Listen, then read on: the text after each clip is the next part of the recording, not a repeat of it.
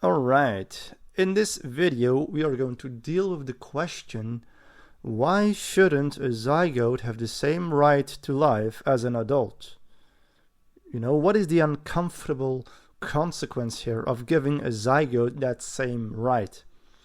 Well, if you say a zygote has the exact same right to life as an adult, then you have to apply that consistently. And that leads to some difficult implications. So don't get me wrong, I'm not saying that it's absurd to value a zygote. I'm saying that if we value it exactly the same way, then we run into difficult consequences that we have to be willing to accept. The first consequence is the bodily autonomy problem. So if a zygote has the same right to life as you, then does it have the right to use someone else's body to survive? Because a pregnancy requires the woman's body. And using a woman's body is not optional support, it's total physical dependence. But, you can make the argument that, for example, you cannot be forced to donate your blood. You cannot be forced to donate your organs. Even if that would save someone's life. So your blood and your organs belong to your body, but nobody can force you to sacrifice parts of your body, right? So in the same way, a woman's body cannot be forced to be sacrificed for the survival of a fetus. Now that's not my own personal argument, that's an already existing argument. Right? So in one sentence, if no one can be forced to use their body to keep another person alive, then a fetus cannot have that right either. Why would a zygote have a right that no adult has? All right. The next implication is there are no exceptions. If the right to life is truly equal and absolute, then abortion would be wrong even in cases like rape, severe health risks, and non-viable pregnancies, because the circumstances of conception wouldn't matter at all. And many people find that conclusion very difficult to accept.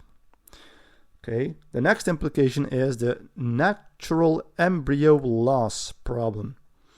So you have to know that a large percentage of fertilized eggs never implant, or they are lost very early, and often without anyone knowing it. So if each zygote has full moral status, then that would mean that there is a massive loss of quote-unquote persons happening constantly. And yet we don't read it like a humanitarian crisis. It's not a problem. Alright, so the next implication is IVF and medical implications. IVF meaning in vitro fertilization. I had to look it up.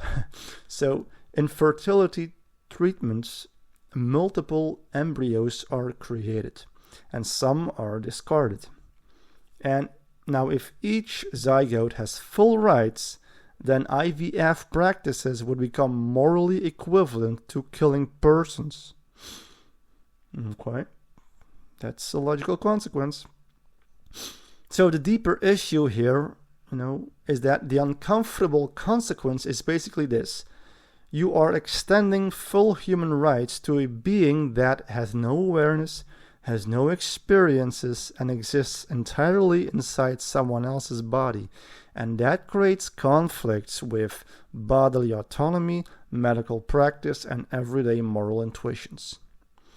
The uncomfortable part isn't the zygote itself, it is what follows from giving it the exact same rights as an adult. It would mean someone has a right to use another person's body to survive, which no adult has. And it would remove almost all exceptions, even in extreme cases. And that's where the tension comes in. Alright, that's it for this video. If you have any arguments, remarks, comments, disagreements, or video requests, please leave a comment. Thanks for listening, and see you in the next video.